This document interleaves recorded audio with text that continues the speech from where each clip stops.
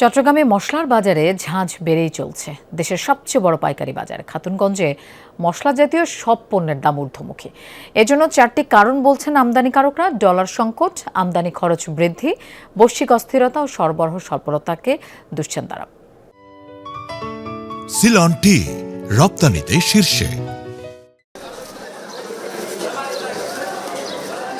ঈদুল আজহার মাস দুয়েক আগে থেকে মশলার মূল্যবৃদ্ধি প্রতি বছরের নিয়মিত চিত্র। তার উপর এবার মধ্যপ্রাচ্যের চলমান যুদ্ধ পরিস্থিতির অজুহাত দিচ্ছেন বিক্রেতারা। এসবের প্রভাব স্পষ্ট খাতুনগঞ্জে। ব্যবসায়ীদের দাবি, জ্বালানি সংকটে ব্যাহত হচ্ছে পরিবহন, সরবরাহে প্রভাব পড়ায় বেড়েছে মশলা জাতীয় পণ্যের দাম। দেশি ও ভারতীয় মরিচ কেজি প্রতি বেড়েছে 30 থেকে 100 টাকা, জিরা 15 থেকে 20 টাকা, হলুদের দাম বেড়েছে 15 থেকে 20 টাকা। বাড়তি দামে বিক্রি হচ্ছে চিকন ও মোটা ডাল। প্রতি জিনিসের প্রতি 10 টাকা করে বাড়তি, 10-15 টাকা। সেটা আমার মনে হয় যানবাহন সংকট, ডিজেলের কারণে যানবাহন ডিজেল না পাওয়ার কারণে দীর্ঘ তাদের ভাড়ার বাড়তি। প্রতিদিন যে গাড়িগুলো হতো খাতুনগঞ্জে, কিন্তু আজকে দেখছেন একদম ফাঁকা।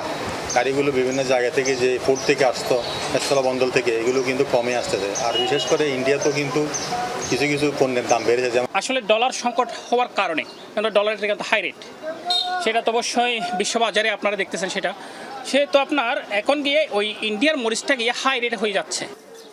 আমদানিকারকদের দাবি, ডলার সংকট এবং বৈশ্বিক অস্থিরতার কারণে আমদানি খরচ বেড়েছে কয়েক গুণ, ফলে দাম নিয়ন্ত্রণে রাখা যাচ্ছে না।